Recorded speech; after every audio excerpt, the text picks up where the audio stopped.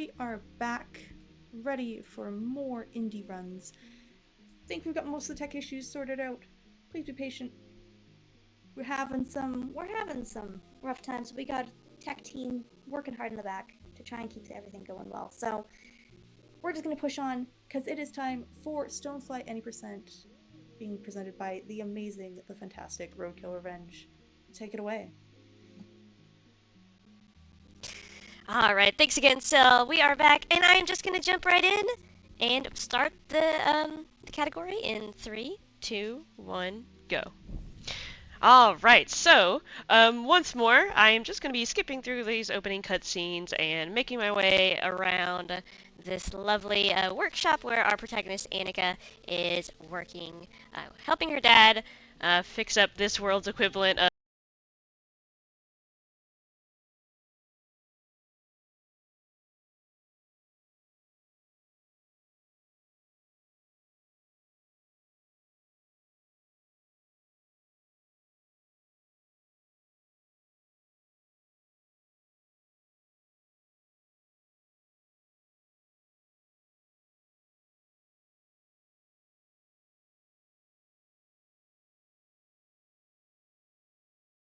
the night with her dad's rig and just get these resources herself. So this is where the real gameplay starts here. Mostly is a tutorial section. Right now I'm using abilities that we can't see on the screen yet, but we do have access to this dash here to move around. And as you can see, this game is really interesting in the way that you move around in the world. By default, we're going to be gliding around and then periodically stopping off at specific locations, like that one there, to gather minerals.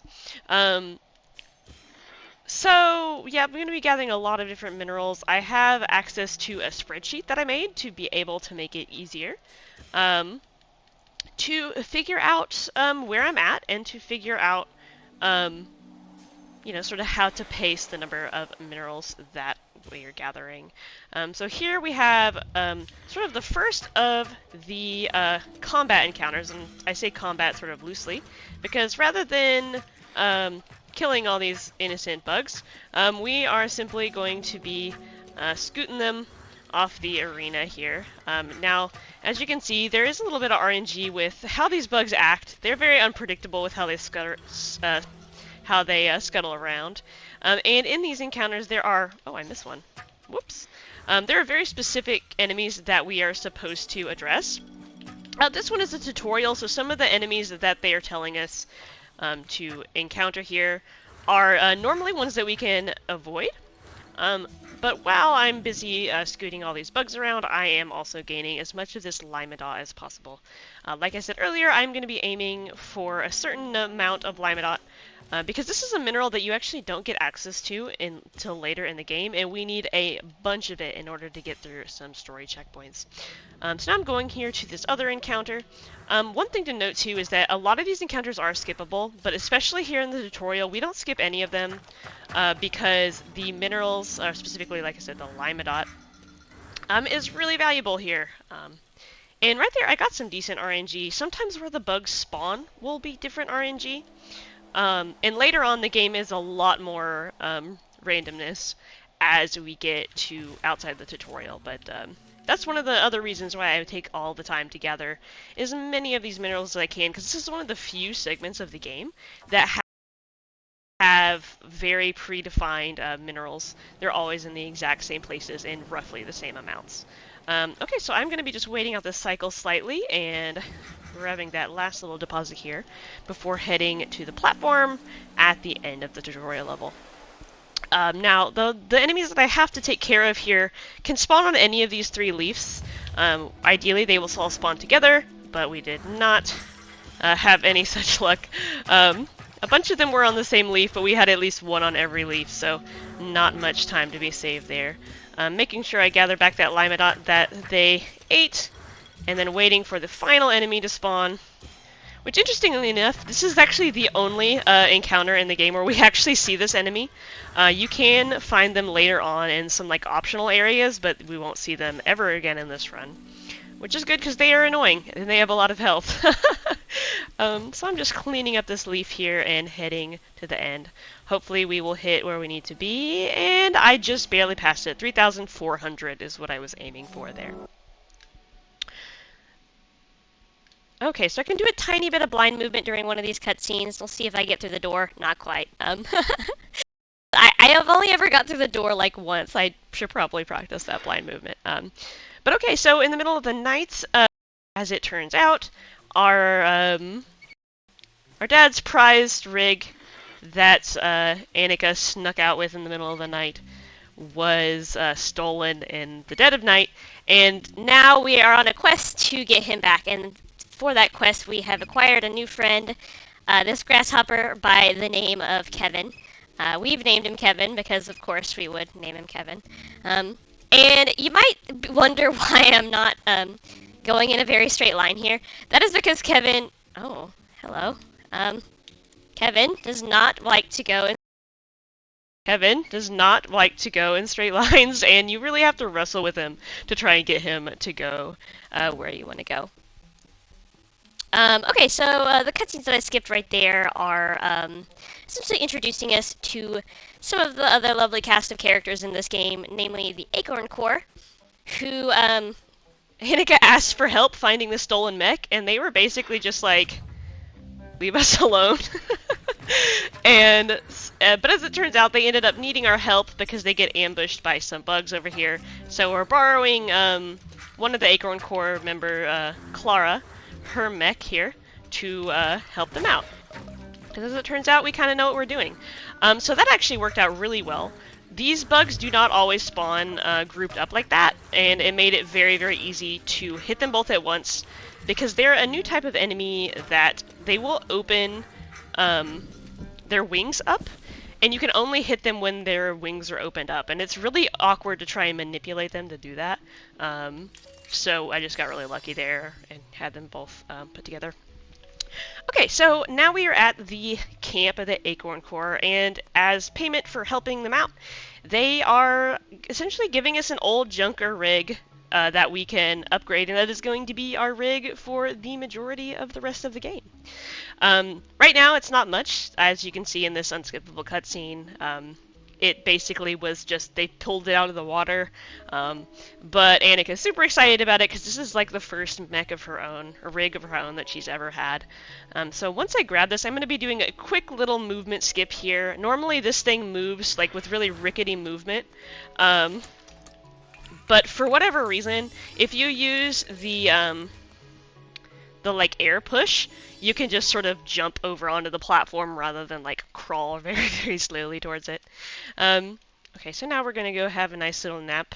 There's a lot of nice napping in this game as checkpoints and cutscenes for us to skip. Okay, so now that I did that and I upgraded it to have the things that are required to function, like the ability to break stuff, we now enter into the Nightlight Briar, which is where the RNG of this run really begins. So what minerals are on what rocks along the way are fully random. I'm going to be breaking most of the ones that I find until I get to roughly 2,000 Lauronite and 150 Dalium, which are two new minerals that you might see popping up on the left side of the screen now. If I don't get those amounts, it's fine. There's lots and lots of places to back up minerals, especially this early in the run. Ooh. We're also having to avoid enemies while doing this, and I am like super stuck. Wow, I got like... And also look at all the enemies that spawned here. This is ridiculous. There's normally not that many that spawns here. Okay, I'm gonna move on. That rock was scary. I'm gonna keep going. Because luckily this rock also has a bunch of minerals. You might also notice that in addition to the minerals that I'm picking up, I'm also picking up items like the acorn shard and seed casing. Those are simply just sellable items that I can sell for bunches of minerals. They do have preset values, so they do sort of help me reach my goals of minerals here. I'm actually really good on Lauronite. I'm slightly ahead already, so I'm gonna skip that deposit there. I got lucky with the RNG there, so I'm able to spend a little bit less time gathering in different places, even though it was a little bit slow because of all the damage I took in that fight. Okay, but now we're heading to the shoemaker's shop here and being introduced to another new type of bug these long snouts, which are essentially just ranged enemies. They're not super dangerous, and overall we're going to be ignoring them as much as possible. This Dalium that's right here is always here, which makes this a really great spot to go if you're behind on Dalium and you have to look for more at some point. Which, right now I'm a little bit behind on Dalium, but of all the minerals to be behind, that one matters the least. While this cutscene is playing out that I can't skip, I'm going to be going over here and discovering this area called the Nightlight Village, because we're going to be fast traveling to it later.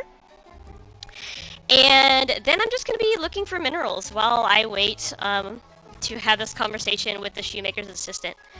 No such luck on finding extra minerals, but I guess I could go over to this rock that I cleared out, or that I passed over before, and do this. One of the reasons I'm pushing enemies is because they drop those sellable items, which are generally more efficient than just gathering minerals. Okay, so now we're entering one of the several different, more linear levels in this game, Jensen Trail, and we're going to be seeing a little skip here. I'm going to be entering this encounter, which normally you cannot leave until you defeat all of the required enemies, even though some of them just fell off the map, which is really funny. But I'm instead just going to be getting the minerals, and doing a quit out to restart here, and then it will put me on the other side of the encounter, safe and sound. I am still going to be looking for Lauronite and Dalium here. This time I'm wanting to get 8,000 Lauronite and around 500 Dalium. Which sounds like a lot, but one thing to know is that some minerals just get mined faster than others and are available in larger quantities, and Lauronite is the one that is like the biggest quantities generally. Okay, so we're just continuing through the level here. I'm going to be skipping another one of those encounters, but instead of the save out, I'm just going to be taking a real good jump off of this leaf and taking this sort of half-moon path to fly around the trigger and over into this very conveniently placed updraft, which will let us glide towards the one encounter that is skippable, but that we do anyway because of just the sheer number of minerals that are in this fight. Definitely room for maybe routing this out depending on your preferences and just depending on what sort of things you like to do in the game. And honestly, I'm sort of tempted to do that because the enemies in this encounter are so annoying. So these are a new type of bug called engine grubs, and they will sort of run away until you're not looking at them, and then they will charge at you. And I can trick them to going outside the edge of the arena in an ideal world, but often they will just like not aggro you and just like leave and be a pain. So that actually wasn't too bad, but one of them it looks like ran all the way over here, so I'm just gonna have to chase him down the normal way. We're going to push him all the way off, and then I am going to gather most of this Lauronite, but not all of it. So those rocks in the center of this arena are actually fully breakable. And if you break them, there is Dalium underneath. However, I'm not going to be breaking them yet, because you might be noticing the little bugs in this area are eating up the minerals. And so if I leave that rock unbroken, I can break it when I come back later, and then it will all be there. Okay, so I'm gliding over here to this last cutscene. I'm actually very ahead on Lauronite. Normally I get a lot more of that Lauronite at that encounter. But I will take that time save to start this cutscene, go up here, grab a secret little deposit of a new mineral that we haven't seen yet, called Pyatite. There should be 17 of it there, but I'm just going to leave slightly early. Pyatite is a mineral that at the end of the run we are going to need 800 of. And it is a very slow mining and rare mineral, so any places where we can get it ahead of time are going to just make it safer later on, pretty much. So again, just like before, while that cutscene is playing, I'm going to be gliding all the way back here and trying to get this Dalium that I missed out on before. Another interesting thing is you notice me going back and forth between two separate piles of minerals. That's because that actually increases your mining speed as you do that, so I'm doing that as much as possible. And I'm actually quite low on Dalium, so head on Lauronite, behind on Dalium, you know, it's whatever. Okay, so now I'm going to be going to the store here. I'm going to be selling all my sellable items, buying a pressure mold, 3 neutron epoxies, and a hardened crystal. And those are things we're going to need to do some upgrades, like dash and mining speed. Alright, so now I'm going to be going to this checkpoint that I got earlier to take me a little bit closer to where we're trying to go.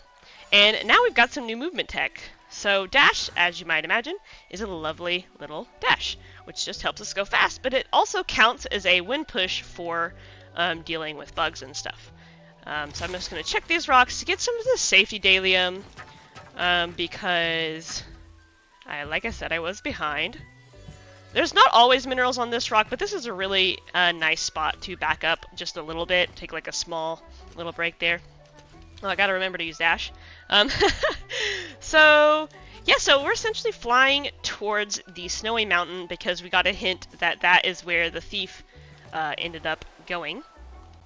So we're just gonna try to fly there and go up to this last checkpoint that was gonna be useful in a moment. Assuming I can platform up here nicely. It's a little bit tricky to land on that specific little twig, but it's not too bad. As you can see, we're getting closer to the mountain because the snow is getting denser.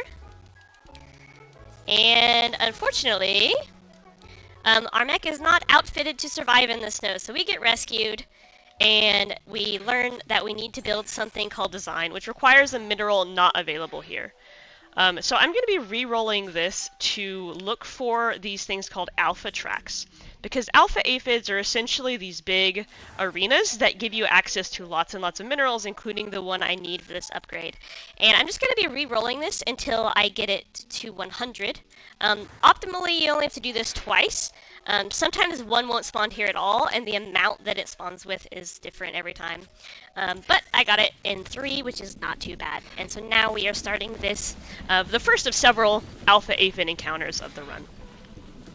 So this one we have this access to this new mineral, which is called dynatite, and as well as laurinite and dalium. And I'm going to be getting as much of this stuff as I possibly can.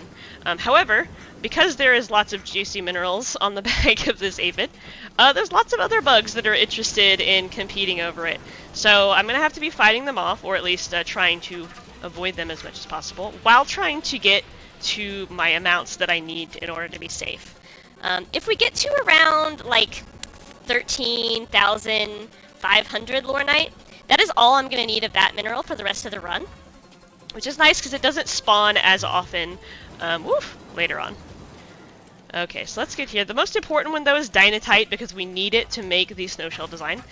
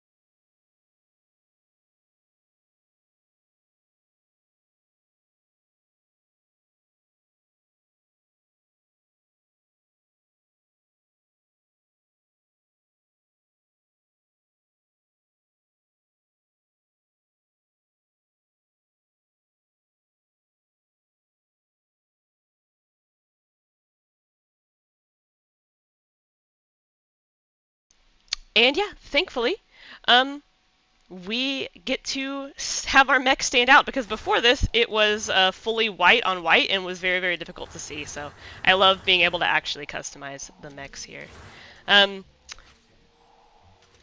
So with that, I believe that we are now getting much closer to our full suite of movement tech here.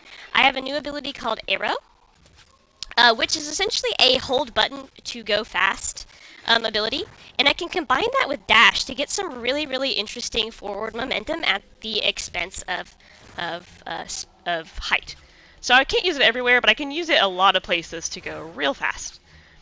And this would actually be a lovely time to read off some of those donations that helped us get this incentive. Yeah, absolutely. We have $30 from R2_Dad2 saying Speedrunning, indie games, and a good cause? Love it.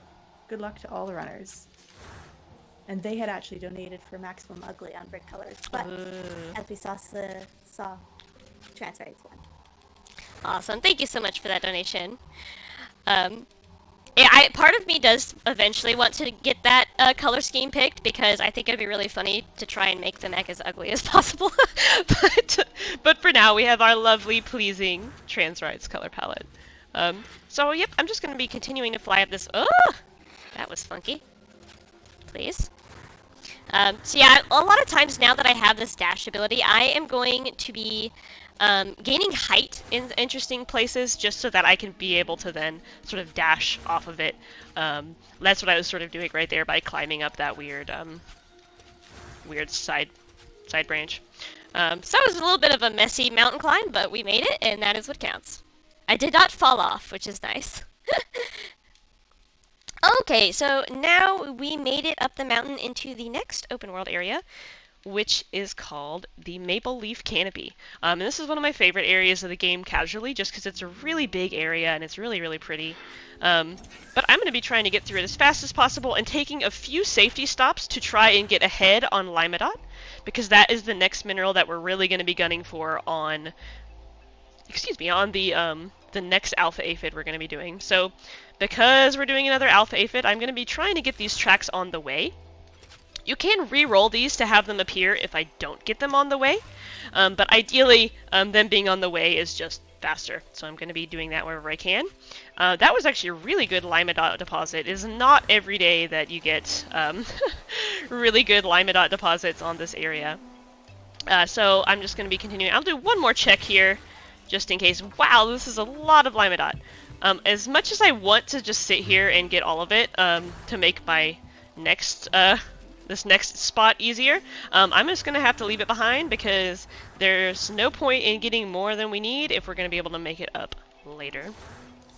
Okay, so now I'm going to be following the path of the thief into this next area called Bull's Hollow.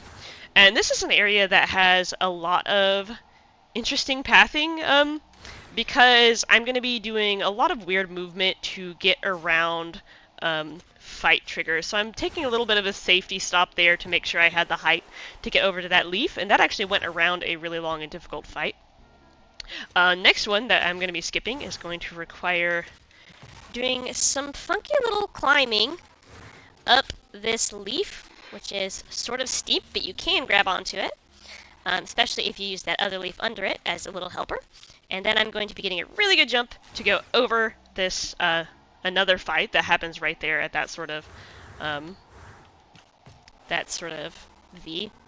And now I'm going to be jumping on this collectible terrain, not to get the collectible, because this is any percent, but to get the height to go around a third fight that you normally have to do in this area.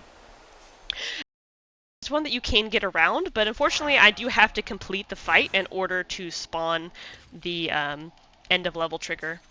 So to that end, I am about to be fighting some lovely menacing enemies called the Bull Beetles.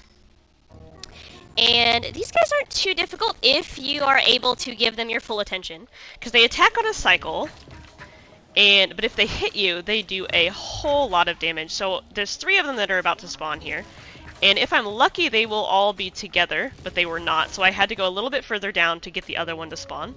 And attempting to keep them as grouped up as possible, so that I can damage them together as much as possible. They are not being nice, so I'm just going to go ahead and get rid of those two, just for safety. And there we go, there's the third one. That wasn't too bad. One thing you can do is you can use that boom beetle as they can actually friendly fire on those bull beetles, which is really, really nice. Okay, so now I'm going to be buying some stuff. I'm going to be selling some stuff first, and buying a solar coil, 4 of these, and 4 of these, if I can afford it, and I can. And with that, I am going to be purchasing bubble, and mining speed level 2. Bubble is required here, however, it is incredibly useful even if it wasn't required. And as you're about to see, it's a very, very powerful tool for making these alpha aphids safer. So at the end of this, I'm going to be aiming to have around 9,000 Limedot, around 1,500 Faunicle, and around 2,400 Dynatite. Sorry, I paused for a moment to check my notes to make sure that was correct. But there's just a lot more dangerous enemies that spawn at the later game alpha aphids. And Bubble, as you might have noticed me using earlier, is essentially just a big sphere of safety that lets me just gather and not worry about all the enemies trying to be buttheads. Wow, this is a really nice little spot here. Hopefully I can stay here long enough to actually get anything out of it. Gonna make sure I stay repaired, and that enemy that just spawned, that worm that is crawling around, is the most dangerous thing for me to worry about right now, because if you land on that poison trail, it does just so much damage. Because at this point in the game, I actually don't have access to the ability, which would let me not take damage from them. And unfortunately, I did just get like pushed into it by that wind blast, which was not very nice. Okay, our Faunicle is looking good. My Limedot is getting closer, and we do need a little bit more Dynatite as well. So I am going to be taking a little moment to get some Pyetite, because why not while I'm here? And trying to do my best up here on the head of the alpha aphid. The head of the alpha aphid tends to be the most dangerous spot. For whatever reason, the bugs just tend to be way more aggressive up towards the head. Okay, we definitely don't want to be behind on Limedot, so I'm going to be focusing on that for just a moment. I wish Bubble was not on a massive cooldown, but it is. And that respawn might have made my life a lot more difficult. So, let's see here. I think we're okay. I think I just barely got where I needed to be. My Faunicle is actually a tiny bit low, but it should be enough that I should be able to deal with it. Okay, I'm going to be trying for a skip here.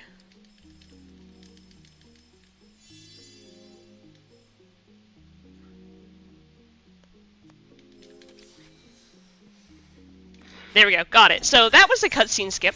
Sorry, I was focusing a little bit there because I've messed it up a lot recently.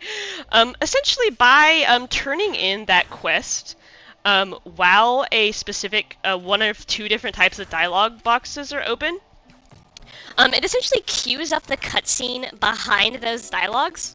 And so if I very, very quickly run to my rig and get in to go to the next area before that bubble closes and starts the cutscene, I can just skip it entirely.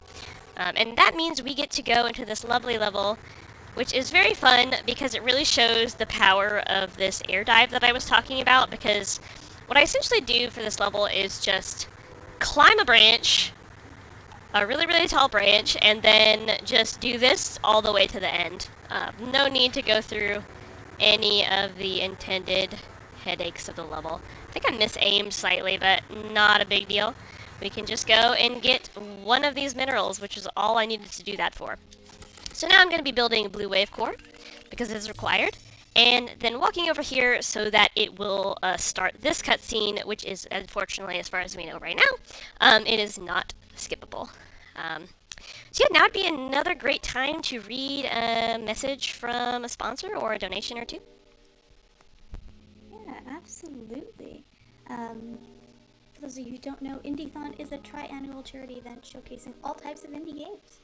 We're bringing you speedruns of games you may not have heard of before to help support little warriors in their efforts to raise awareness for child sexual abuse. For more information on our events, visit Indiethon.com in your favorite browser. And we are super excited to say that Indiethon Spring 2023 is supported by Team 17. They're an independent indie game publisher based in the United Kingdom, and you can check out their website at team17.com to view all of their game offerings. Awesome, perfect. Thank you so much for those messages, and it was just about the right amount of time for this cutscene. But right before I move on, I'm going to be buying this required ability called Blink. I'm also going to be buying Holder ability level 1 as a safety for now. I hesitated for a moment because I was a little bit low on Dalium, but it should not be an issue in the long term. Okay, so now we are reunited with our friends at Acorn Core. I forgot to mention we did get split up at the top of the mountain.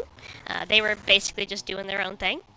And, but we're reuniting because we met the thief, and it turns out the thief has already sold Annika's dad's rig.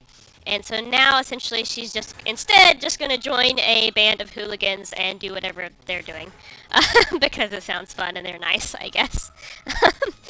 And since we're about halfway through the game, it is now time for a mid-boss. Unfortunately, I am getting a little bit of a glitch here where it will just give me the pop-up for an ability I've already had, because if you quit and reload, sometimes it will just, queue it up multiple times. Luckily, I only got it to repeat once. Sometimes it will sit there and do it a lot more than that. Okay, so now it's time for this boss, which I actually really love the design of the two bosses in this game. Because it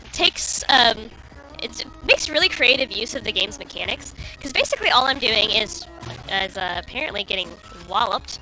Other than getting walloped, I'm trying to use my push abilities to push these rocks into the boss as much as possible. Whenever it uses that ground pound ability, it will drop rocks from the sky. And obviously we want them to be as grouped up as possible, because if we can push multiple at once, it is much faster, more efficient. However, the boss will try and push them out of the arena. And hopefully I can bait the boss up here, because if he's right next to the top side of the arena, I think he's stuck on something. Yep, it was stuck on something. And also the boss just hit itself with a rock and did my work for me. Cool, love that, love that. Please go. Thank you. Okay, so that was a bit of a weird wind mantis, but not a bad one. So now I am going to just be having a lovely little drop.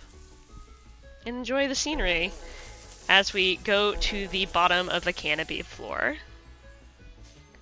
Okay, so we're reunited with our friends now, and now we get to take another little nap. And as soon as I wake up from this nap, I am going to run over to the shop really quickly and try and buy some things before a cutscene starts. There should be just enough time to grab the things that I need. Over to Clara, we're going to buy a photosynthesizer and 1, 2, 3, 4. And that should be enough here. There we go. Cool. So once this cutscene starts, it will just close that cell menu. So you can just run over there and it just saves you having to do a little bit of movement. Also, I was worried for a second because I couldn't remember if I needed 3 or 4 alloy droplets. And if I bought an extra one and was short on Limadot, it would have been very tragic, but no, I'm good. So as soon as this cutscene ends, I'm going to be buying a couple new, I believe not our final movement abilities, but most of them. And we're going to be heading into Noka Basin, which is an interesting level. This level is one that's very, very easy to get out of bounds in. However, it is faster just to go in a straight line inbounds. I'm going to be taking a few little safety stops here just to make sure I'm where I'm at. That's actually a really good location to check your minerals so that you don't have to open any menus. Because as you can see, they pop up on the left side of the screen as you collect them. So that lets you see where you're at and to make sure that you're not falling behind. If you're really confident about your mineral levels, you absolutely don't need to stop right there. Okay, so I'm going to be taking some unintended pathing here, using my new ability Lift to get a whole bunch of height, and then essentially just glide in a straight line to the end, sort of like one of the other levels we did earlier. However, you might notice that I am not as aggressively using my little dive. That is because if you lose too much height on this glide, you can get caught on this area that I'm right over right now, and it's very hard to recover from that without triggering a fight that we want to avoid. So I was able to get around it just fine, and now we are at the end of the level. We're going to be talking to this hermit. Essentially, we're just doing some chores for David, allegedly looking for some tool that we need to build something that makes going into the swamp easier. But as we are about to learn, it is in fact a wild goose chase. I guess spoiler for 5 minutes from now. There we go. I'm glad I took that break, that stop to get Barnacle there, because I think I would have needed it. And that's one mineral that is very, very difficult to back up if you're somehow behind. Basically, if you're behind on that... Wait, did I finish it? I did. Yeah, we're just waiting on the cutscene. Okay, I was like, I think I triggered it, but yeah, it's good. So if you're behind on Faunicle right here, in order to back it up, you have to do a whole nother maple aphid, which means you have to go back to the maple canopy, you have to find more tracks, then you have to do the aphid again. You can definitely make that not as bad to like end it early, but it's still like a huge time loss to be behind right there. A good Stonefly run is one that requires no backtracking, pretty much, and so far it's looking pretty good. Right here is probably the biggest point where you need to backtrack, is to turn in all of those minerals that I just turned in. Wow, we're getting a lot of pop-ups here. Hold on. Nope, don't need to build anything. Misremembering. Okay, but now we are going into the level where we do go out of bounds to help us skip some fights. So I'm going to be doing another little jump here, and essentially walking up to the invisible wall and saying please. And by saying please, I mean I use dash, which just pushes us right through, and then I can walk around up here on the top of this log that we're supposed to be going through the middle of, and going around some hard fights, especially because we are very undergeared for where we're supposed to be at this point in the game. So I just went down through a little hole that let me go back in bounds, and now we're going to be taking some more weird movement to go to an area that is kind of in bounds. I say kind of because there are like minerals that spawn up here, but it really does not look like you're supposed to be over here. But I can get height at this particular spot to cut over that bit of terrain and avoid another very difficult fight.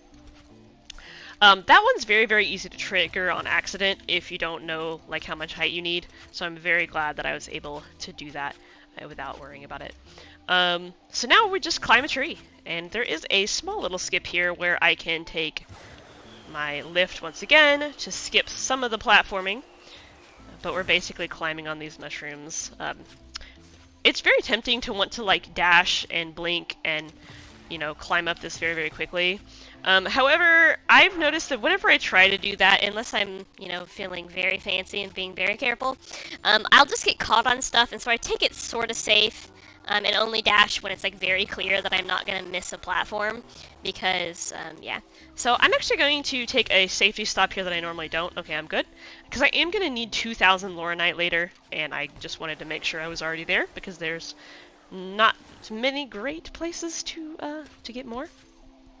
One more skip here. I'm going to be climbing up on the left side, using our lovely lift once again, and flying around that one. And heading to another cutscene. That is going to give us a little bit more time.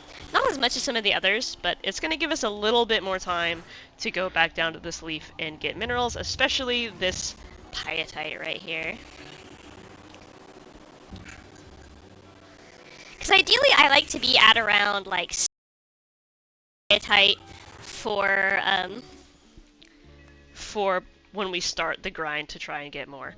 Okay, so now I need to buy a hardened crystal, and I actually do not have enough Dalium. I was a little bit worried about that. I probably should have backed that up just now. Instead, I'm going to go to my tried and true backup location, which is the shoemaker shop, which always has Dalium right here. So we're just going to have to get to our 125 Dalium. That's actually quite a bit to be low on. I messed that up, I guess. So we're just going to quit and reload, and then get some more Dalium, and then plenty for us. I'm going to go ahead and get all of these deposits just in case. Okay, and then head back to camp. Now we buy the hardened crystal. A bit unfortunate that I had to do that backtracking, but unfortunately I didn't have anything to sell when I thought I did. And I'm going to buy Spark, and then head into the marshes, which is the last of the 3 sort of bigger hub worlds of the game. Oh, that wild goose chase I was talking about, where we were supposed to be getting a tool to build a thing. Turns out that that was just Davin, one of the members of the Acorn Corps, sort of playing a prank on us and going out of his way to commission some custom matching jackets for us. It's essentially a nice little quiet B plot before the finale of the game. It takes like a while to resolve, to go through all the motions of that, but I just find it extremely cute. Okay, so now we have our full movement kit here, which is essentially going to be the stuff you've already seen, plus this lovely spark ability, which if you activate that at the top of your jump, gives you more height, which more height means more uses of the dash here. Once again, like in the Maple Canopy, looking for alpha tracks on the way, and getting checkpoints that might be useful later for us to fast travel to, like the Rocky Pass right here. And a couple more places to check for tracks because I have not gotten them yet. And what do you know? There's one in the very dark, hard to see place. And now I'm just waiting on the correct pop-up to come up. There we go. It was hung up on the previous pop-up, but that's fine. And the Mire Outskirts, which is another level that has a lot of just movement-based ways around fighting encounters. I'm going to take this sort of little extra height here. I, for whatever reason, didn't use Spark there, so I'm going to have a little less height than normal, but it is plenty to get at least to this little platforming spot, so I can get up here. Ooh, that was weird. Hello, jump. That's weird. Go! There we go! There's that jump I was hoping for. Okay, one more big jump. And I'm going to be climbing up. Bit of a theme with some of these skips about using these things that are supposed to be tunnels for you to go through and just climbing on top of them, because it's not super difficult to do that. And because that rock right there has a fight that we don't want to do, so I'm just going to be going around it and back in here, because now we can essentially just fly to the end of the level.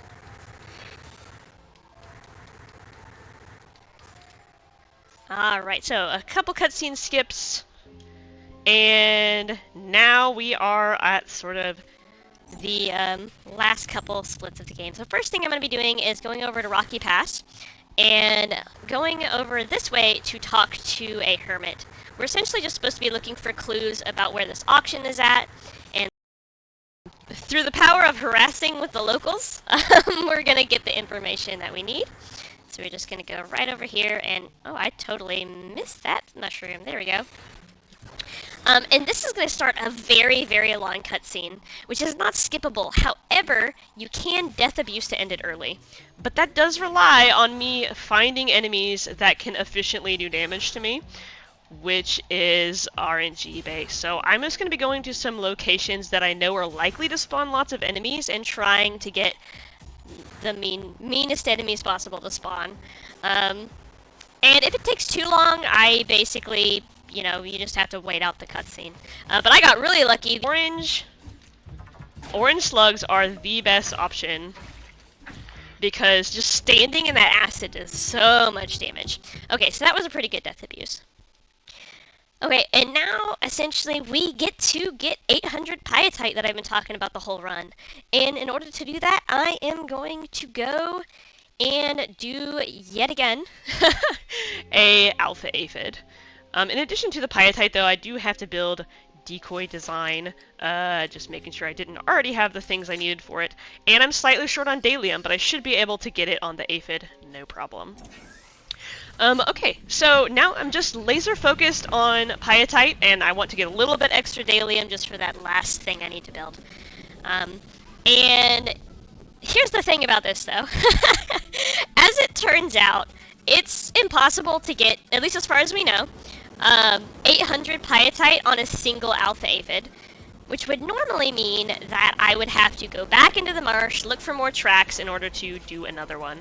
However, one really interesting bug in this game, there's a lot of bugs in this game, but, you know, the gameplay ones, is that if you mine minerals on this aphid, and if you quit the game and reload before the aphid is over with, you actually get to keep all the minerals that you got while on the aphid, but also it'll reset the timer. It'll start at the beginning of the encounter. And so I can use that to essentially just sit here and re-roll this aphid until I get to 800 biotite.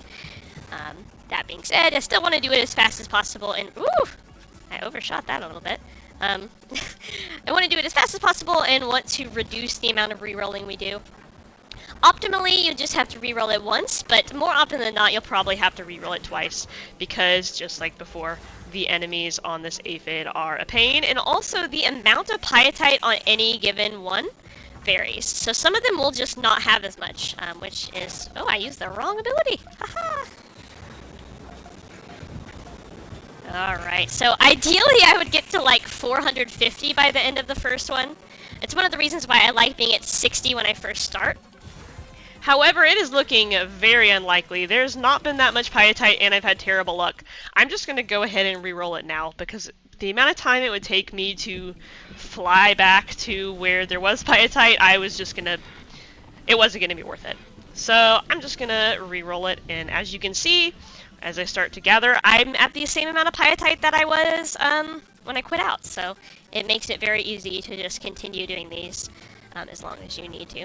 This is also something that works in all of the alpha aphids as well. So if you get behind on, like, say, The maple alpha aphid and you didn't have enough time to get the limedot or whatever, it really often can be worth it to simply re-roll it and just make sure you have the safety of having the amounts that you need, rather than have to worry about backtracking if possible. Okay, so while I'm focusing on this would be another great time for donations and messages. Absolutely.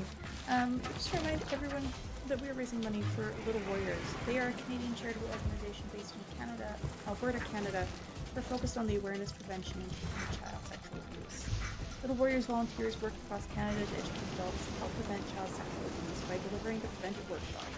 This workshop is an interactive workshop designed to educate adults to help prevent and respond to child sexual abuse through improving attitudes about, knowledge of, and behavior of survivors. This free workshop is unique in Canada and was developed using research-informed methods and evaluated with scientific method. Participants can take the 3-hour in-person workshop in communities where there are active facilitators, or you can take the 90-minute online version by registering on the Little Warriors website. Visit the website at littlewarriors.ca to learn more about their efforts and find out how you can support their cause. Awesome. Thank you so much for that. If I had a better luck on the first alpha aphid, I definitely would have been able to do it in 2, because this one has been like really, really great. And honestly, it's so close to me being able to get it here, but I'm going to have to re-roll it. That's so unfortunate. That's probably the worst case scenario, is getting that close and then still having to re-roll it, but sometimes you don't want to push it and try for it anyway and then load out of the aphid, because then you do have to go back and look for more tracks. So literally I'm probably going to get it very, very quickly and then just death abuse to end it early. Make sure I'm where I'm at with my Dalium while I'm here, and there I am, 800 biotite. That's exactly what we want to see. And so now it's just a matter of trying to get the actual danger enemies to spawn. Because they do spawn sort of in waves, like, the longer you are in the aphid, the more dangerous enemies spawn. So I'm essentially just having to wait. I suppose I can go ahead and go to the head, because like I said, the head is where a lot of the bigger meanies tend to spawn. We're getting close. We're getting close. Land on me! Oh no, I like saved myself on accident. That's really funny. Okay, but we got it. Okay, so I'm gonna go ahead and quit and reload, because it's a little bit faster when you do a death abuse, because the animation is just a tiny bit faster. That's super optional, it's not really a significant time save. Okay, so now I get to go and buy a rain wire. Oh, I had a granite dust. I would have been fine. I didn't pick up on that. So basically what just happened there is that I had a sellable item. So in addition to items you can sell, you can also just find just like items that you would normally build, and which is just really the best case scenario. In that case, I had a sellable item that's very, very rare, but that it contains like 50 pyatite, and so that would have made that a lot easier if I had realized I had picked it up. Okay, and so now for the sort of final gauntlet of this run. This is the level called the Auction, and it is very, very dangerous because we have a new hazard in the form of raindrops. You can probably see that there are little red danger signs that are showing up around. If you get hit by one of those raindrops, you essentially fall straight down into the water and have to respawn. Which, because this is a very, very long glide in the way that the respawns work in this game, it means that it would put me back really far. Luckily, we can actually move fast enough right here that we can outrun the raindrops a little bit. This section doesn't really have any. And I can just climb and start this cutscene and head towards the auction. So all that pyatite was so that we could participate in this auction. And as it turns out, whatever reason, we weren't allowed to participate in the auction anyway. And so it was all for nothing, and we're going to do exactly what good little hooligans do and break in anyway. So we're sneaking around the back to break into the auction and grab this mech that the Acorn Corps has been on a quest looking for. And suspiciously popped up at the same time that Annika's dad's rig went missing. I'm sure that that's just a coincidence, though. But, shocker, that mech is one we had seen before. So the mech at the auction that the Acorn Corps has been trying to obtain is, in fact, Chrysa, the mech that belongs to Annika's father. And so we are stealing it, but now she's going to have to deal with the moral dilemma of what to do with that information. And so we're having to tether with Chrysa here to get through. Oh, that's going to be really close. I'm probably going to have to redo this section. What I was just about to say is that you have to take her all the way to the end of the level. And if you drop her, there is a timer, and you have to pick her back up before the timer goes off, or you have to redo the section. As you can see, those raindrops in these enemies make it very, very easy to drop her, and if you do, she can often fall in places where you cannot pick her back up in time, which is what happened right there. Luckily, if you drop the rig much closer to the end of the area, you actually don't have to take her. You just have to you basically just have to get to the end yourself. So I'm going to be taking this sort of underneath path to avoid some of the platforming and jump to the end. It's a little bit of unfortunate time loss, but not a big deal. Okay, so now we are leading up to the final boss and getting a lot of outdated pop-ups, as tends to be the case during this run. So one last nap before the end, and Annika, confronted with her guilt about this rig being stolen from her dad, she actually sneaks out and takes it to bring it back to him and betrays her friends, but gets caught, and they have a lovely little heart-to-heart.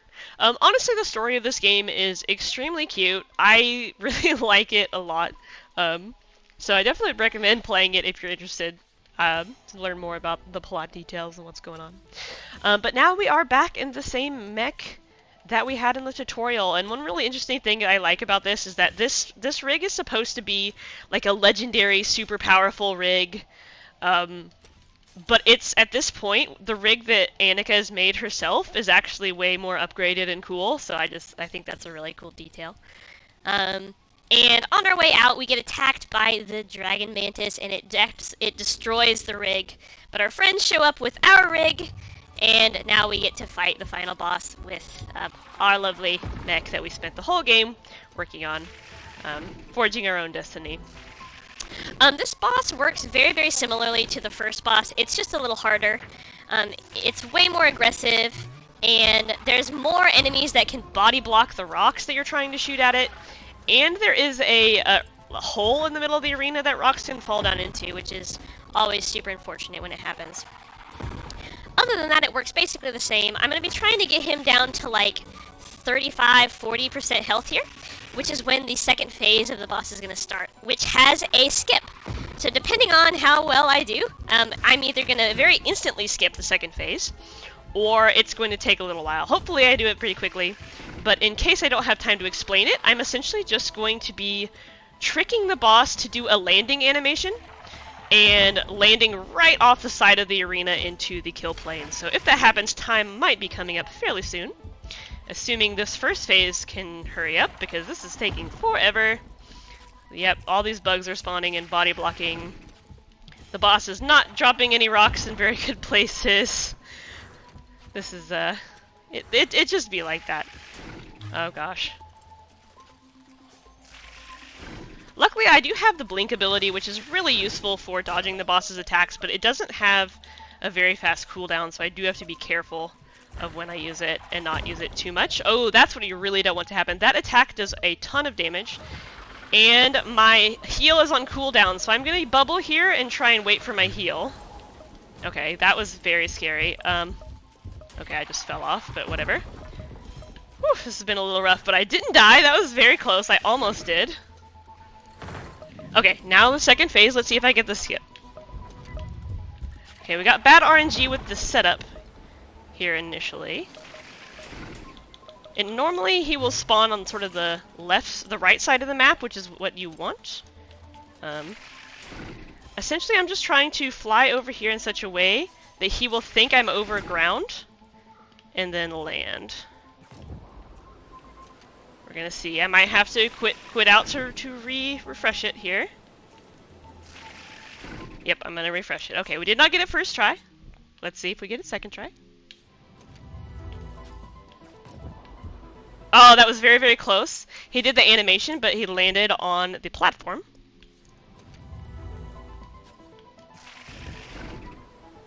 Oh, come on, buddy. Come on, buddy. You gotta stop doing that. Could use all your hype and energy in chat for this. It is a very finicky trick. Oh, there we go.